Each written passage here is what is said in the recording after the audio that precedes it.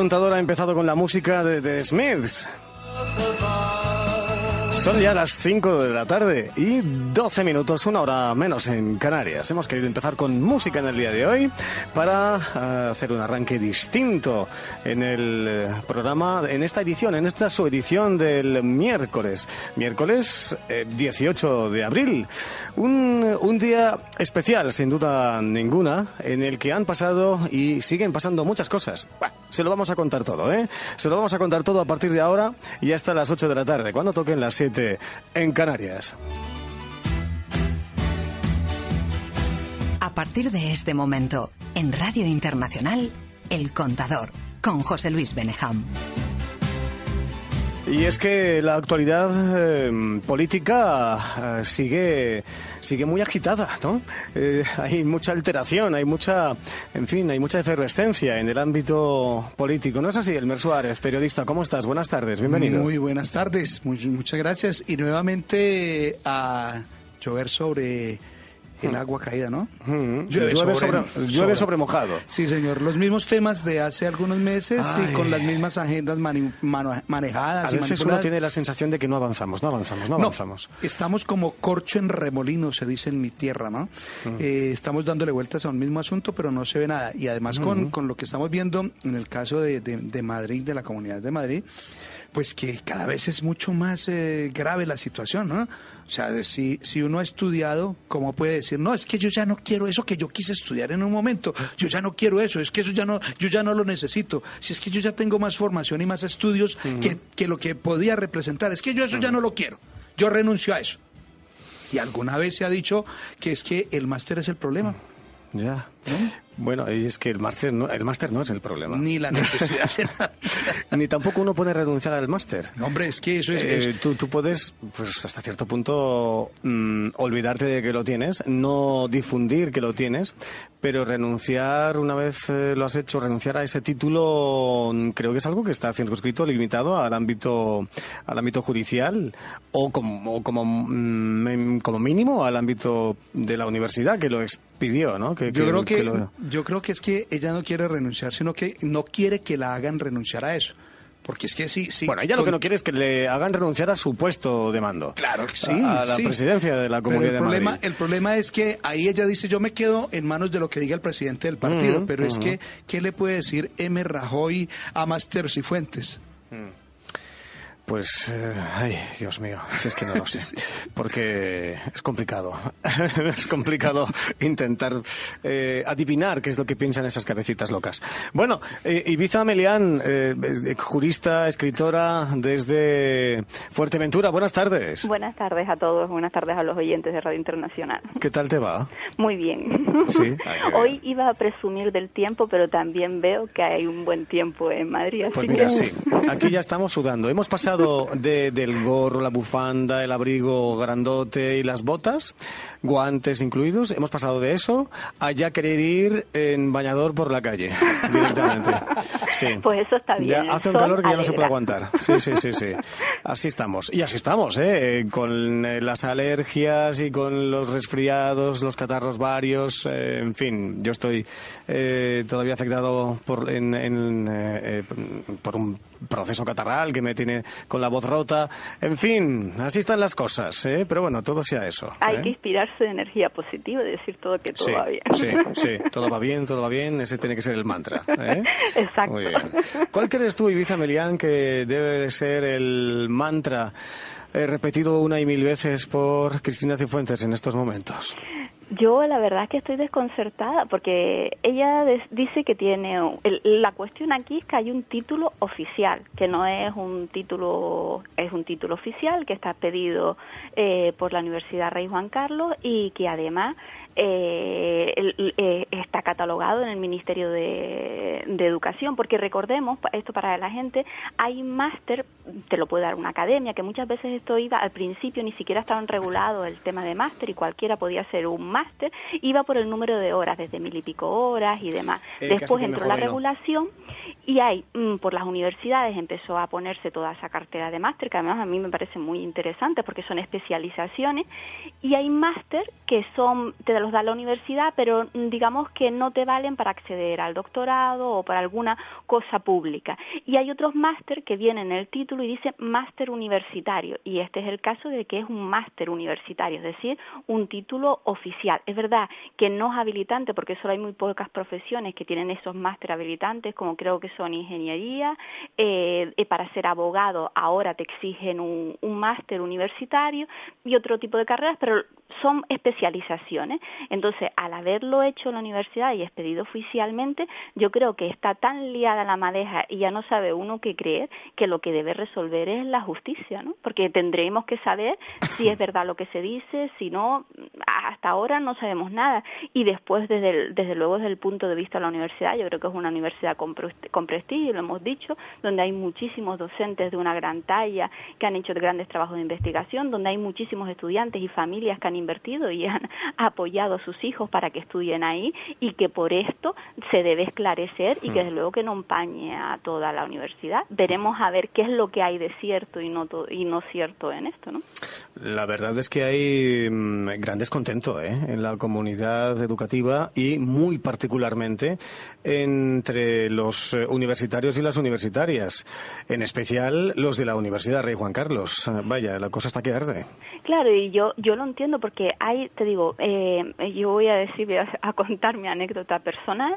Pues yo mi máster universitario hice un Derecho de Administración Pública y lo hice ahí en la Rey Juan Carlos porque quería hacer una tesis doctoral con un investigador, una de las personas que sobre el tema que yo estoy investigando es de lo más entendido en España. Yo que conste que es mi trabajo final de máster, lo tengo publicado. Y a lo demás se da el caso de que soy miembro de la Asociación Española de Ciencia Política y de Administración, y en los últimos dos congresos que se han celebrado, en el primero presenté mi trabajo final de máster, que fue mi investigación sobre la corrupción en España y las causas que incidían en ello, y en este que se celebró en septiembre, se celebró en la Universidad de Santiago de Compostela, eso es la corrupción inarmónica. Es mi teoría de que por qué nosotros imponemos un determinados sistemas en el sur de Europa y se ponen otros en el norte de Europa, y esto incide más presuntamente en la corrupción. Y para mí viene hay que rastrear en nuestra historia, en nuestro pasado histórico. Entonces, tengo que decir que en esos congresos hay muchísima gente de muchísimas universidades y siempre hay gente de la Universidad de Rey Juan Carlos. Si miramos cualquiera de las revistas científicas, artículos de prestigios y artículos científicos son de la Universidad de Rey Juan Carlos. Lo que es injusto es que por algo que no sabemos realmente qué es, que al final empaña a todo el mundo, ¿no? Y sobre todo esos catedráticos y gente que colabora con esa universidad, que no solo son de la Universidad de Juan Carlos, sino también profesores de otras universidades que han colaborado. Yo no sé exactamente lo que ha habido. Hoy salía también una noticia sobre ese instituto público, ¿no? Porque lo que me da la impresión de que esto viene a ser un poco como la administración pública, que muchas veces donde ocurre las presuntas corruptelas no es dentro de la propia administración, sino presuntamente se crean empresas semipúblicas que digamos que tienen un control más laxo, y es ahí donde se dan este tipo, ¿no? Y por lo visto esto no era propio de la universidad, sino como de un instituto, ¿no? Y era ahí donde que dirigía presuntamente ese catedrático, y era ahí donde se pasó eso. Supuestamente que no sabemos, digo que es un tema judicial, porque ya estamos hablando de delitos y no de un delito, sino por las informaciones que se da de presuntos delitos, ¿no? Se está hablando de falsedad documental, se está hablando de que si una profesora firmó cuando no quería firmar, sería un presunto delito de coacciones. Los estudiantes denunciaron por cohecho. Yo no sé si se dan todos los elementos para que sea cohecho, pero hay otras figuras penales, como pueden ser el tráfico de influencia, que son previas al cohecho. Bueno, pues podrían darse un montón de cosas. Entonces, como no sabemos, yo creo que lo mejor es que la justicia dictamine, ¿no? Y en este caso, el rector lo que ha hecho es ponerlos en manos de la justicia, ver que dictamine y poner toda la documentación ahí y verlo, ¿no? Y desde luego que no en mi caso, pero yo me imagino a una familia que está estudiando, que se está quitando de su dinero para que su hijo estudie, tenga su grado, tenga su máster, y que ahora vea vea esto, ¿no? Y además, pues, ahora por el tema de estar en una radio, la Universidad Rey Juan Carlos, precisamente en materia de comunicación y de periodismo, es una de las más prestigiosas y tiene una de las sedes, ha invertido muchísimo en ello, ¿no? Con lo cual me parece muy muy deprimente. O sea, que sí es verdad, sí es mentira, que lo delimite la justicia, y desde luego que es un título oficial. O sea, que ahí habrá que saberlo, ¿no? Y lo que no podemos pensar es que corruptelas pueden aparecer en cualquier profesión, en cualquier sitio. Lo que hay que hacer es que los controles funcionen para que si pasa algo de esto, sobre la marcha se detecte y prevenir lo que no llega a pasar. Pero que en todas las profesiones puede aparecer, desde luego. Rosario Zanabria, ¿cómo estás? Buenas tardes, bienvenida. Buenas tardes, muchas gracias. Es un placer. ¿Qué tal van las cosas? Pues agobiada por todo el contexto. No es una cuestión baladí, la verdad es que entre opiniones cruzadas, posicionamientos políticos, uno ya no sabe dónde mirar al horizonte, ¿no? Yo creo que es una cuestión de ética y de principios, porque bien comentaba la compañera que hay que esperar que la justicia se pronuncie, pero frente a los acontecimientos la presidenta ha actuado y ha tomado posturas y ha mentido, y luego pues la sucesión de comentarios y el apoyo tan fabuloso que tiene su partido, con unos aplausos en unos congresos, deja mucha preocupación en el entorno, ¿no? Porque estamos hablando de políticos que no se preocupan por la situación de los ciudadanos y que más juegan a mantener el poder que a levantar vetos, por ejemplo, en el Congreso para poder liberar el tema de la sanidad o mejorar la situación de la renta mínima que deben tener los ciudadanos que no llegan a fin de mes. Vemos a los mayores en las calles. Y la política, entre las noticias, y si solo nos detenemos en la televisión y no vamos más allá, el día a día de los ciudadanos no interesa a nadie, y por lo que se ve menos a los políticos. Y eso la verdad es que agobia y preocupa, porque no sabemos cuál es la hoja de ruta de la dignidad, de la política, del quehacer. Y si estamos hablando de que un aula magna, una universidad, un centro académico tiene esas características de funcionamiento, donde favorece a personas en razón del status quo que tienen en el ámbito político, y luego los beneficiarios dicen que renuncian a ese regalo, es un poco decepcionante, ¿no? Estamos viviendo tiempos muy complejos. Y sobre todo cuando ahora sabemos que la secretaria de la Universidad Rey Juan Carlos denunció el robo de su portátil en precisamente el caso Máster del que estamos hablando, ¿no? Que es también como muy inquietante, ¿no? Otras cosas, ¿no? Es decir, la secretaria general de la Universidad Rey Juan Carlos, que custodia las actas, denunció el robo de su portátil el día que saltó el caso del Máster Cifuentes. Esto es algo que hasta ahora no se sabía y que hemos conocido en el día de hoy. Se trata de María Pilar Charro.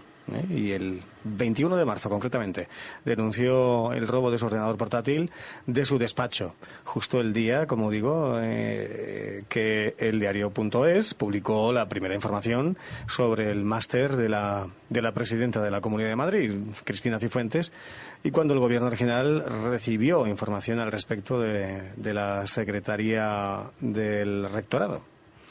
Parece un poco de novela de ciencia ficción. Y es que esto, según va avanzando y según vamos conociendo detalles y nuevos episodios, se va enredando un poquito más. Efectivamente, es una especie de comedia de enredo, cuando menos, sino ya con tintes de thriller, en fin, ya no sé cómo catalogarlo. Lo grave es que en este momento quien tiene la posibilidad de que el juicio político a que debe ser sometida la presidenta de la comunidad, la llave la tiene Ciudadanos, y Ciudadanos ha manejado con ambigüedad la situación. Ellos deberían de ser claros, y ellos que están hablando de ser una alternativa de poder en el país, pues tendrían ellos que decir, no, aquí no hay que renuncie y que pasen otro candidato, porque es que sabemos que los papeles, que los archivos, que los carros llenos de documentos salen de los despachos públicos cuando hay investigaciones en torno al partido, al PP. Entonces, no es nada nuevo que en la Universidad del PP también se pierda un ordenador donde hay un trabajo final de un máster que está siendo investigado. Entonces, debería tener una posición mucho más clara y mucho más comprometida con el país. Sí. Yo, de todas formas, yo eso de que la universidad es del PP, seguramente ahí habrá gente con ideología de su madre y de su padre, ¿no? Ha dado la casualidad de que está gobernando un determinado partido en esa comunidad autónoma. Pero como digo, es un hecho que está judicializado y que desde luego que se tiene que esclarecer. Pero sí, y yo sí estoy de acuerdo con cuando hizo las declaraciones el conjunto de rectores, la asociación de rectores, de que no se puede poner... Sí, no se puede poner y yo creo que con las declaraciones no se puede poner la mancha sobre todo. Como digo, puede aparecer cualquier caso, y si analizamos todas las sentencias de corrupción, hay casos en otro lado. Yo lo dije el primer día, yo recuerdo una sentencia que estuve analizando para hacer mi investigación, y era sobre precisamente una universidad, y no la Universidad de Juan Carlos, una universidad de España, pero no voy a decir cuál, porque al final de lo que se trata es de analizar los hechos y todo el mundo tiene derecho a su reinserción, ¿no? Pues en este caso se le condenó, era una profesora, se le condenó a 3 años de cárcel por falsedad documental, y presuntamente lo que decía la sentencia en hechos probados es que había un alumno, se corrigieron todos los exámenes, se metieron los exámenes en un ropero, y por la noche presuntamente esa profesora sacó lo que es el examen, cambió la nota y de un suspendido lo aprobó, y la condenaron a 3 años, ¿no? Y en la sentencia decía algo muy clarificador, como ¿por qué lo hizo, no? ¿Por qué alguien se juega 3 años de cárcel, que vas a la cárcel sí o sí? Porque recordemos, con 2 años está la potestad judicial de que si no tienes antecedentes no vas a la cárcel, pero con 3 años vas a ir a la cárcel, y la mínima por falsedad documental son 3. Y le preguntaban y dijo que no sabía. O sea, que casos de estos, lamentablemente, lo que hay que poner es los controles para que no pasen, pero ni vincular a esta universidad ni a la de Canarias. Yo he estudiado, como decía, en esa universidad, pero he estudiado también en otra de Cataluña, con lo cual, y me gradué en Derecho en una de Cataluña, y muy bien, y estupendamente y maravillosamente, con lo cual lo que no se puede, y seguramente habrá gente que piense de una forma y otra gente que tenga otra ideología completamente de otra diferente. Lo que no se puede hacer es a esas instituciones donde va tanta gente y cada uno con la ideología, porque vivimos en un país afortunadamente libre, que se expanda toda la mancha, porque por arañar un escaño más o un escaño menos, al final a quien estamos perjudicando es a todos esos estudiantes que han hecho un esfuerzo, y a sus padres para que estudien, y que ahora sus titulaciones, gente que se va a incorporar, gente joven que se va a incorporar al mercado laboral, y que les digan que ahora porque estudiaron en una determinada universidad eso no vale. Eso es muy injusto cuando la gente ha demostrado que se ha forzado, que ha sacado nota y que ha hecho sus trabajos correspondientes, y como digo, investigaciones en todas las revistas científicas del país, y en todos los congresos han hecho sus ponencias y han activado, y además que al final lo que venimos a decir es que lo que promueve un país y lo desarrolla es la actividad científica. Es muy injusto que ahora generalicemos. Pongamos este caso de situación, existe que actúe la justicia, y que actúe la justicia con contundencia, y luego la universidad tendrá que ver dónde se falló en los sistemas de control para que esto no vuelva a suceder. Ibiza, pero discúlpame, para la gente honrada y para la gente con vergüenza no se necesitan controles. Lo que necesitamos es ser gente transparente, ser gente con ética, ser gente responsable, y saber que si se tiene un cargo público hay que dar ejemplo de lo que se está haciendo. Para esa gente no es necesario controles. Y ahora, una persona que dice, yo no dimito porque me apoya el presidente, fue que a ella le eligió el presidente. El cargo de ella depende de Mariano Rajoy. A ella no la eligió el presidente, ella la eligieron con los votos los ciudadanos, y la mayoría de los ciudadanos tienen claridad sobre la situación. Pues yo te digo, Elmer, y esa es mi investigación precisamente, la que llevo años y días, 10 horas diarias y 12, precisamente trabajando sobre ese tema. Eso es el pensamiento latino, el pensar que alguien con ética, las personas somos capaces de lo mejor y de lo peor, y lo que no puede pretender la política es como si en un restaurante le roban a alguien y dice, bueno, pues como me robaron voy a poner un monje tibetano a ver si no me roba de la caja. Pues eso es ilógico. Lo que hay que poner es controles, porque nunca sabremos quién es la persona que se elige, no no se exigen controles psicológicos a los políticos. No sabemos ni siquiera quiénes son. No sabemos si detrás de esa persona puede tener adicciones. No sabemos si tiene una personalidad débil y puede caer bajo el influjo, no sé, de que alguien lo coaccione o le haga cualquier cosa. Si se compró un máster presencial y no se asistieron a clases y no se presentaron las notas y no aparece el trabajo final del máster, dime qué clase de persona es la que hace eso, que compra algo que está demostrado que no lo compró, que no se lo ganó legalmente. Dime qué control se le puede ejercer a una persona con ese tipo de características. Lo que tenemos que hacer los ciudadanos y lo que tiene que hacer España, no esperar a vamos a elegir a los mejores y este va a tener la mancha blanca y este va a ser buenísimo de la muerte, porque no lo sabemos exactamente de nadie. Lo que hay que poner los controles para que estas cosas no sucedan, pero tanto en la universidad como en cualquier otra administración pública, y ese es el problema de España y ese es el problema de los países latinos. En otros países, como en el norte de Europa, como son el mundo anglosajón, hay sistemas que no se ponen en el sur. En el sur lo dejamos a la bur de que va a venir una persona inmaculada y nos va a gobernar cuando no sabemos exactamente ni quién es la persona. ¿Y sabes el problema de esto? Que esto lleva, porque aparece primero uno, después se elige de otra ideología a otro, cambia el ciclo político a otro y vuelve a suceder lo mismo. Y esto lo que genera es una gran desafección, porque cuando ya no tengas a nadie que elegir y no creas en nadie, ¿qué es lo que va a pasar? Y ese es el problema de los países del sur de Europa y los países latinoamericanos, que hay una gran desafección entre gobernante y gobernado. Plantearlo en esos términos de ilusión. Vamos a cambiar y vamos a establecer todos los mecanismos que den garantías, pero creo que estamos comentando sobre hechos objetivos. Cumplidos. ¿Qué pasó en Islandia? La gente no le aceptó al presidente una situación. No, además por tus actos te conoceré, ¿no? En el supuesto de que no hay posibilidades de conocer a la persona, como plantea la compañera, creo que en este caso la presidenta ha actuado y ha actuado de la manera que hoy estamos cuestionando, ¿no? Eso es lo más grave. Claro, pero yo me imagino que en este caso es que el problema aquí es que ella dice que no, que lo tiene todo legal y ella sigue insistiendo, ¿no? En que sí fue a presentar el trabajo final de máster. ¿Y la señora merece credibilidad?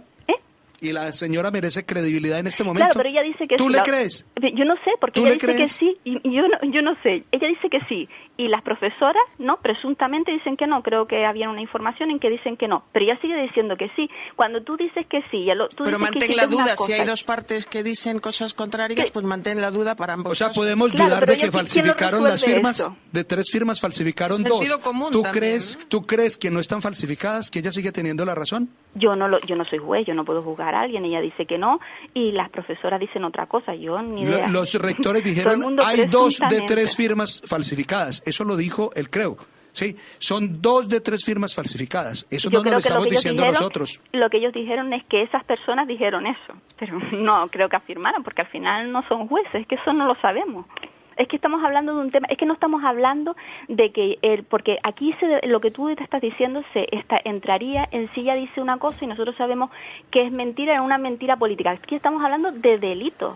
No estamos hablando de otra cosa. Y ella dice que sí se presentó, que fue allí, los otros dicen que no. ¿Quién lo tiene que resolver? Y a mí me parece que la Universidad Chapó, ponerlo en conocimiento de la justicia, porque al final tú no eres juez. Para eso está la justicia y que diga si sí o si no.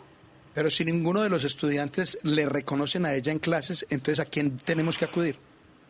Es que no sé, en el caso ese, no sé. Ella lo que dice es que le dieron. ¿Tú recuerdas a tus compañeros de máster?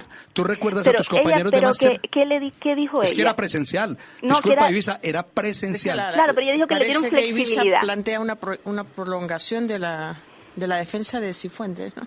Claro. No, yo no planteo nada. Cada cual que se defienda lo que quiere. Yo lo que digo es que eso lo tendrá que determinar un juez, porque yo no soy juez, yo no puedo decir si lo que dice ella es mentira o es verdad, no lo sé. Ella dice ¿qué dijo en sede parlamentaria? Que fue por la tarde y allí se presentó el trabajo final de máster, fue lo que escuché yo. Y que fue el 2 de julio de 2012, cuando ella era la delegada de gobierno y estaban en la celebración de la Copa de España. De la Copa de Fútbol. Y hay fotos en que ella está allí en los actos de celebración. ¿A esa hora? A esa hora, míralo. Pues no sé, la justicia lo dirimirá. Míralo. De todas formas, hay una moción de censura planteada y ya, pero la justicia lo dirimirá. Es que el problema en los temas judiciales, yo no en el caso de Cifuentes, en cualquiera, si una persona, cuando hay una diversidad de criterios, tú dices que tú hiciste una cosa y el otro dice que no, eso que lo resuelve en la justicia, porque en este caso estamos hablando de delito. Claro, los demás no somos jueces, los demás podremos opinar si sí o si no, pero quien tendrá que determinarlo es la justicia, porque lo que no podemos hacer también es en convertirnos en inquisidores de cada cosa, ¿no? No sé. O defensores. En cualquier caso, el presidente tiene un silencio prolongado, ¿no? Muy habitual. Está haciendo de Rajoy. Claro, claro, y es que con todo lo que tiene en torno a su partido, ¿qué puede decir? ¿Ah? Cuando lo del independentismo ha ocultado los juicios orales a los que han sido sometidos los que han estado, sí, lo que decía los de Valencia, que decían que sí, y Costa que decía que sí, que Francisco Camps conocía de que habían dineros B en la financiación del partido del PP en Valencia, y lo dijo él. Y tiene por qué decirlo, ¿no? O tampoco le creemos cuando él está frente a unos jueces diciendo Costa eso. Lo dijo en una sede, Costa lo claro, dijo en sede judicial, sí, y claro. Yo puedo creer que eso es para utilizar un atenuante por analogía, que es en base a su defensa un atenuante por analogía. Es que yo no sé si es verdad. El problema de España, yo creo que hay que actuar con celeridad en los temas judiciales, pero tiene que ser la justicia la que los resuelva, porque al final lo que no podemos hacer es actuar por noticias de telediario. Es que yo no lo sé, pero pongamos a la inversa, en vez de uno del PP, sea del PSOE o de cualquier otro partido, de los pajaritos verdes. Es que eso no sería justo. Yo creo que la ley se tiene que aplicar igual para todos. Lo que no podemos decir es porque alguien va a un acusado que va a un juicio oral que tiene... Yo creo que opinaríamos igual, independientemente de que el comportamiento del presidente fuera del PP o del PSOE o de Podemos, con este comportamiento, que es lo que estamos juzgando, no su ideología. Estamos hablando del comportamiento del presidente y cómo enfrenta los acontecimientos que generan una situación conflictiva en el contexto del día a día. No estamos hablando de la ideología, por lo menos creo que no hemos escuchado. Y yo creo que opinaríamos más o menos lo mismo, en tanto fuera de cualquier partido político. Estamos hablando de que tiene una ausencia que es una enajenación de su responsabilidad. Yo creo que tiene que salir al frente y tomar decisiones. Pero no podemos dar por cierta. Lo que no puede ser en España es que salga una noticia de alguien que declara en un juicio y lo demos todo por cierto. Es que entonces estamos convirtiéndonos en juez y para eso está la justicia. Sí, cambiemos de asunto, si os parece bien. Sí, señor.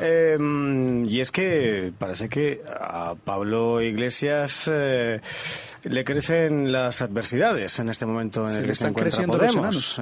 Sí. Vescansa propone a Íñigo Errejón formar una alianza contra Pablo Iglesias. ¿De qué manera acogéis esta iniciativa de Carolina Vescansa? Pues yo creo y sobre todo, ¿cuál creéis que va a ser la contestación de Íñigo Errejón? Yo creo que esa lucha de liderazgo ahí o la sucesión del liderazgo en Podemos por Íñigo Errejón, yo creo que se viene ventilando hace tiempo, ¿no? Y que se están dando algunas formas de que al interior de Podemos se decidan de una manera más democrática que como se planteó al principio, y que después Pablo Iglesias, pues con su dedo, que le resultó más largo que su cola, pues empezó a poner a personas en su lista y a llenar las aspiraciones y las listas ganadoras y dejando por fuera otra parte de Podemos, y desde ahí empezaron también esos contratiempos para él y esas lucha por el liderazgo, ¿no? Rosario. Sí, bueno, en política hay este tipo de movimientos, ¿no? Yo creo que es sano que la gente dialogue, que se ajusten posturas, y en esa tesitura se encuentra Podemos. Es un partido nuevo que ha emergido de la noche a la mañana con las características que teníamos, y es obvio que tiene que madurar, tiene que asentarse, y en eso tiene que haber pues planteamientos diferentes, y yo entiendo que ese es el tiempo que está viviendo hoy Podemos, y que desearles que lo razonen con tranquilidad y que no haya crispación en el contexto, y que lleguen a una buena propuesta para el país, que eso es lo que entendemos todos como mejor situación para la solución de los problemas de los ciudadanos. Si quieren ser alternativa de gobierno, entiendo que tendrán que dilucidar todos los movimientos que en su formación política se vayan gestando, y pues oye, sin un planteamiento individualista ni ese liderazgo que tampoco se estaba perfilando colectivo, igual vienen buenos tiempos para que colegien acuerdos y generen una participación más democrática, más abierta y más Lo que propone Carolina Vescansa a Íñigo Errejón es que bueno, se junten esas fuerzas, ¿no?, las de uno y otro, para contrarrestar la deriva política, dice Carolina Vescansa, de Podemos. Y en esta propuesta ella de alguna forma se erige como quien le pudiera venir a disputar la Secretaría General a Pablo Iglesias en un futuro, y si no, pues Irene Montero en su defecto, y que fuese de momento como número 2 de Íñigo Errejón en la lista de Podemos en las autonómicas de Madrid de ¿cuándo? De mayo de 2019, del año que viene. Y le agregó algo a esa información, José Luis, y es que también en una reunión que tuvieron representantes del PSOE y Manuela Carmena, parece ser que allí, en esa reunión, le ofrecieron también que fuera ella candidata del PSOE para 2019. Entonces, mira lo ¿Esto que está contrastado realmente, sí? Claro, mira, es una información que sale hoy en el país. Entonces, ¿a qué le están apostando? ¿Sí? O sea, a que el PSOE vuelva a retomar el liderazgo y que sea a costas de sacrificar el liderazgo de Pablo Iglesias, que lo ven como su enemigo o su adversario más fuerte, ¿no? Y con eso desmembrar el movimiento o el partido Podemos, ¿no? Que además sabemos que Manuela no representa a Podemos en la alcaldía, que es ahora Madrid, que no es de Podemos precisamente, ¿no? O sea que se están moviendo fichas en el ajedrez político. Bueno, entramos ya en ese escenario electoral, ¿no? Claro. Con mucha prisa. Y entendemos que, bueno, Carolina Vescansa estuvo un poco perfil bajo toda esta temporada, y Errejón, pues después de su caída, también yo creo que reflexivamente ha ido cohesionando fuerzas de grupo y tendremos unos meses, una temporada estival interesante. Interesante, ¿no? Ya. Bueno, todo lo que hemos dicho antes es lo que se desprende de un documento difundido por la propia Carolina Vescansa en su canal de Telegram, que posteriormente ha eliminado, por cierto, dicho sea de paso, y que se supone que iba a ser enviado al ex número 2 del partido para abrir estas negociaciones en las que hemos dado cuenta. De todas formas, yo creo que esto es normal en todos los partidos, ¿no? En todos los partidos hay estrategias, se presentan unos, se presentan otros, y yo creo que esto hay que tratarlo con el máximo respeto, y con quien tendrán que decidir una postura u otro son los integrantes de ese partido, pero tampoco creo que, como en todo, en cualquier formación política, decía Lenin que salvo el poder todo es ilusión. En cualquier organización política se dan estos, ¿no? Y lo hemos visto en todos, en los partidos antiguos, en los partidos nuevos y demás. Se quitan unos, se hacen alianzas porque creen que tienen a la mejor, y no se trata solo de poder, porque creen que tienen una mejor propuesta para su organización y que la pueden llevar, y yo creo que tampoco es nada malo, ¿no? Lo único que muchas veces o algunos partidos lo hacen, es verdad, que se van a hacerlo más internamente y que no salga tanto a la luz pública, y algunas veces pues en otros se filtra demasiado, pero bueno, eso es normal. Cuando hay muchísima gente con distintas sensibilidades, es lógico que haya disparidad de criterios. Lo que es inevitable son los sismos en los diferentes partidos. En todos absolutamente se dan los sismos, y lo que pasa es que algunos son más sometidos a la disciplina que en otros, pero se ven más, se reflejan más en ciertos movimientos o partidos que en otros. En cualquier caso, tienen que mover ficha, porque las encuestas, dándole la reserva que exige su valoración, no le dan buenos resultados, con lo que entendemos que tienen que moverse, discutir y, bueno, pues generar algunas estrategias para proponerse como oportunidad de gobierno, ¿no? Vamos a ver qué es lo que ocurre en el seno de la formación morada, dirigida, capitaneada de momento todavía por Pablo Iglesias. Bueno, yo creo que hay Pablo Iglesias para rato, en todo caso. No creo que no desaparecerá, no que esto enturbie lo que Pablo Iglesias tiene previsto para sí mismo en el futuro inmediato y como mínimo a mediado plazo, ya veremos a largo. Bueno, otro asunto que interesa y no poco es lo que está ocurriendo en el juicio que se está celebrando estos días en relación a los hechos acontecidos en Alsasua. Tenemos ya con nosotros a Francisco Canals, periodista. ¿Qué tal? Buenas tardes, Francisco, ¿cómo estás? Hola, ¿qué tal? Buenas tardes. Buenas tardes. ¿Qué información tienes al respecto? ¿Estás pendiente del desarrollo de este juicio?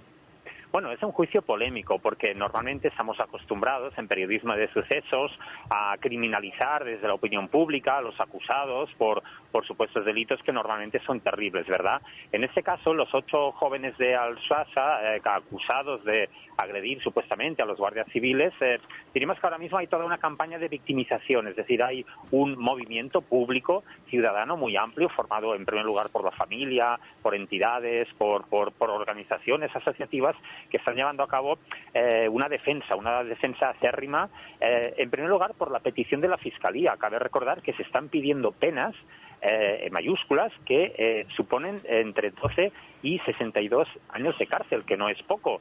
El hecho de agredir a un guardia civil, el hecho de algunas de las frases que se propinaron aquella polémica noche de aquella cena, ¿verdad? Por ejemplo, alguno de los testigos afirma que los jóvenes decían que había que matar, que había que asesinar a esas personas solo por ser guardias civiles. Y aquí empieza pues una polémica, ¿no? Una polémica que también es jurídica, no solo es práctica, de si realmente por el hecho de ser guardias civiles la Fiscalía puede pedir una cantidad tan elevada de 62 años, que no es poco, ¿verdad?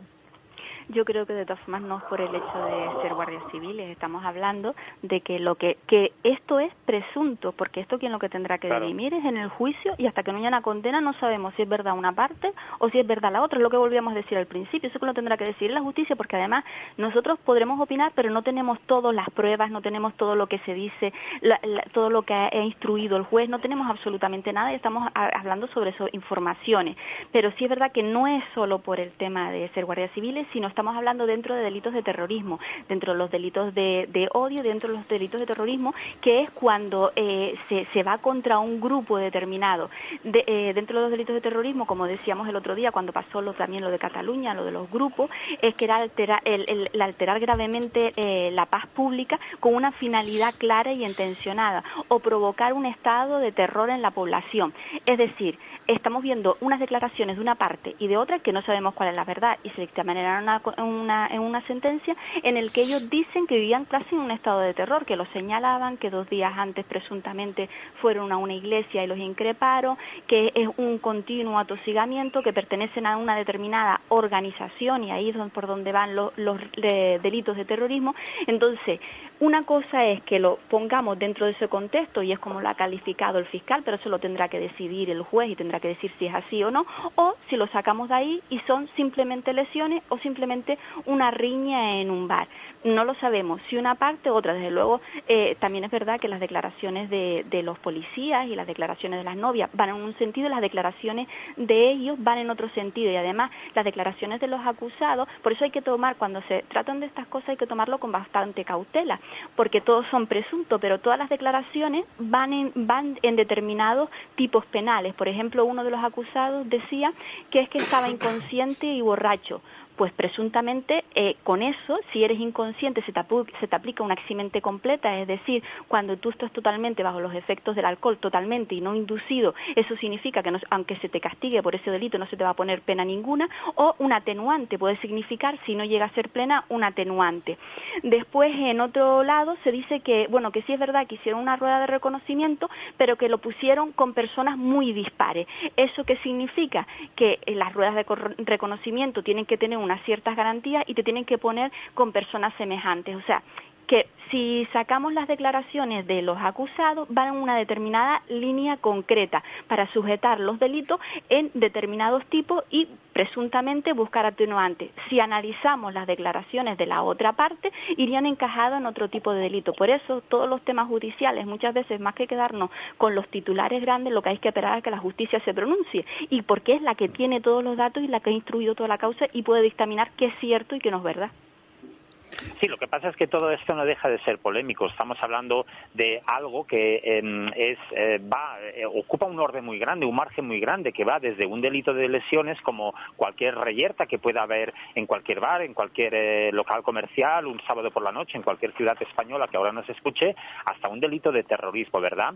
Estamos viendo como, por ejemplo, veíamos en televisión como los acusados argumentaban, bueno, se veía, en eso le doy la razón, se veía que les habían preparado bien la defensa, ¿verdad? ¿Quién empujó primero? Si fue el guardia civil, si fue el muchacho, ¿qué cayeron? ¿Quién cayó primero? ¿En qué orden? Si fue primero el que increpó primero a uno o uno al otro. Es decir, al final cuando hablamos de estas situaciones, pues no son como las de un asesinato o un homicidio convencional o una desaparición. Hablamos de unas situaciones que son muy subjetivas y estoy de acuerdo, no niego que seguramente a los jóvenes se les fuera la mano, que habrían bebido demasiado, eso no lo niego, pero claro, hay un margen de interpretación que es bastante subjetivo, que es bastante amplio, muchas veces difíciles de demostrar, sobre todo si no hay cámaras de seguridad, si no hay fotografías, si no hay grabaciones, y donde al final acaba siendo un poco la palabra de uno contra el otro. También cabe preguntarnos que, bueno, cuando se ataca a un ente público, a un funcionario, yo recuerdo, le voy a poner un ejemplo, ¿no? Cuando en una manifestación, por ejemplo, alguien lanza un objeto contra un guardia civil, ¿no? Les recuerdo que esa persona, hay casos en España de personas que han ido 4 años a la cárcel, ¿no? Y sin embargo, si yo le tirara una piedra contra el escaparate privado de su propiedad, seguramente no caería tanta condena. Es decir, ¿por qué cuando es un ente público, cuando es un funcionario público, las penas pueden ser realmente tan desorbitadas? Todos hemos visto casos terribles como el asesinato de Diana Kerr y tantos casos que hemos hablado en este programa que acaban con condenas que son de 15 años y luego una reyerta puede acabar con 62 años de cárcel. Nos Claro, hemos de preguntar realmente si esto sigue una lógica jurídica. Claro, sigue una lógica jurídica porque esos tipos están en el penal. Muchas veces escuchamos unos partidos y yo creo que, mira, antes había en la política una cosa que hasta un tema judicial se dice que mientras estás en juicio, mientras estás en el proceso, se dice que es sub judice. Entonces, digamos que había un pacto tácito y cuando un tema estaba sub judice, es decir, en proceso y no había una condena, ningún partido entraba a valorarlo porque si no al final presuntamente se está influyendo, ¿no? Pero aquí hemos visto cómo se politiza todo y cómo al final estamos dando la imagen a la población de que la justicia es arbitraria, eso es lo que le da la real gana. No, es que esos delitos están en el Código Penal y están en el Código Penal. Entonces, cuando un partido dice, no, porque creemos que no se deben aplicar ahí, pues ¿quién hace las leyes? El Poder Legislativo. Pues lo que hay que ir es al Poder Legislativo y cambiar las normas. Hay un fondo político. Yo como ciudadano no me explico que un asesino que ha cometido un crimen horrible, en fin, una tortura, alguien que ha asesinado a un menor, que la ha secuestrado, que la ha torturado, vaya 15, 20 años a la cárcel y sin embargo, pues una reyerta en un bar acabe con alguien con 62 años en cárcel. Yo como ciudadano no me lo puedo explicar. Cuando tú le das en eso entraría el atentado a la autoridad pública y en este caso concreto, que son los delitos de terrorismo, tenemos que ponerlo en el contexto. Presuntamente, y ellos decían que todos cuando les preguntaban a los acusados, decían, no, nosotros no pertenecemos a movimientos políticos, ¿verdad? Que estuvimos, pero no continuamos en ellos, no tenemos nada que ver. ¿Por qué? Porque ahí es donde se dirime el contexto, ahí es lo que diría si es realmente un delito de terrorismo o no. Estamos hablando de unas presuntamente, porque esto es el juez, yo no sé si son unos o son otros, que pertenecían a presuntamente una organización que se llama Alde Amendik, ¿no? Que es que se vaya, ¿no? Un movimiento presuntamente de la izquierda de Erchale que lo que pretende es que las fuerzas y cuerpos de seguridad del Estado salgan del País Vasco. Ahí es donde se da todo ese movimiento. Después los policías dicen que 3 días antes presuntamente hubo un acto el Día del Pilar de la Guardia Civil donde todos estaban en la iglesia y vino gente a increparlos y a señalarlos y les hicieron presuntamente pintada. Pues todo esto, si se incardina dentro de ese ambiente, dentro de un determinado grupo, dentro de ese delito de odio, de que determinados cuerpos o determinadas fuerzas, por ser policías, porque presuntamente aquí lo que se dirime es que los agredieron por ser policías, no porque fue una reyerta o demás. Entonces se incardinaría dentro de esos delitos. Por eso tendrá que ser el proceso el que diga, sí, es verdad que está dentro de estos delitos o no. Y por eso son las penas más grandes unas que otras, siempre que se implique con el terrorismo. Y recordemos que esos delitos, muchos se modificaron para poder actuar contra el yihadismo islámico, por ejemplo, la captación a través de redes sociales, todo esto de radicalismo rápido, y España es uno de de los referentes en que antes de que actúen presuntamente lo sacan, ver si realmente algunos de esos delitos se pueden modificar, se pueden cambiar o ya no son necesarios y cambiarlo, pero mientras esté en el Código Penal, la justicia los tiene que aplicar, y por eso muchas veces pasan las cosas que pasan, que no queremos que los cambie la justicia, pero de todas formas decir que eso es lo que pide el fiscal, que es el que acusa. Después al final se sabrá y se verá si es un delito o si es otro, pero que no es una decisión arbitraria de los jueces, sino está fundamentada jurídicamente en base a los tipos del Código Penal. Comentemos, si os parece correcto, otra cuestión de actualidad, y es que las pruebas de ADN realizadas a 9 militares del acuartelamiento de Bobadilla, en Málaga, por la agresión sexual denunciada por una soldado, han resultado negativas. Según ha confirmado este martes, ayer martes, su abogado, Javier Rincón. El letrado ha explicado en declaraciones a Antena 3, que recogió también a su vez Europa Press, que las pruebas realizadas a los militares no coinciden con los restos de semen hallados en las medias de la víctima, que denunció haber sido agredida sexualmente después de haber sido drogada en un bar en el que celebraba una fiesta junto a sus compañeros. El dato objetivo, dice el abogado, es que alguien de fuera, pues se dirigiese al cuartel, entrase en él mismo y depositara material genético en el panty contra la voluntad de su clienta. Eso es lo que sostiene el abogado.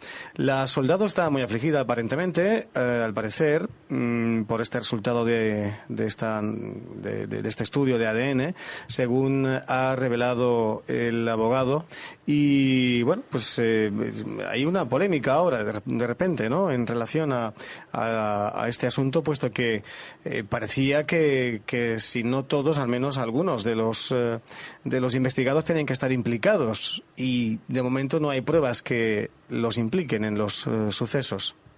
Sí, bien, hay que decir que, bueno, todo esto tiene de trasfondo, al final, y debo decirlo una vez más, la ley Zapatero 2004, que pone en situación de plena debilidad al hombre en España. Hay que recordar, por ejemplo, que en nuestro país, cualquier mujer que se dirija a la comisaría más cercana a su domicilio y presente una simple denuncia argumentando que ha sufrido violencia psicológica, daños psicológicos, automáticamente el hombre es puesto en el calabozo 2 o 3 noches.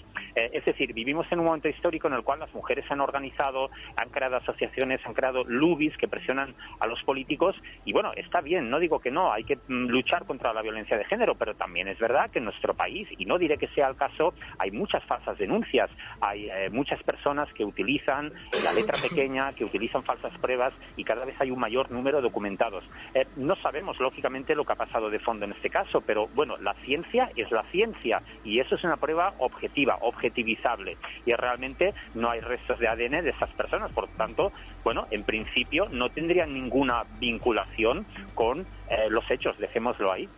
De todas formas, yo no creo que este sea el caso de una falsa denuncia. A ella supuestamente la violaron porque habrá, me imagino, que un informe médico. El problema está que si estaba drogada y no tenía conciencia, no sabe quién ejecutó el delito, ¿no? Ella intuye, ella presumiblemente, pero no sabe a ciencia cierta. Es así Lo que pasa es que hay que estar muy seguro de acusar a un conjunto de personas, aún y cuando te hayan drogado o te hayan dado burundanga o cualquier sustancia. Quiero decir que si yo fuera una persona que sufriera una violación en una situación de falta de conciencia, claro, lo que no podría hacer es acusar a personas que tienen nombre y apellidos. Quiero decir que ahí hay mucho trasfondo en todo ese tema, y bueno, pues veremos cómo evolucionan los... Y lo contaremos en El Contador, y será con vuestra colaboración. Muchísimas gracias y hasta la próxima semana. Elmer Suárez, Francisco Canals, Ibiza Melián y Rosario Zanabria. Gracias. Gracias.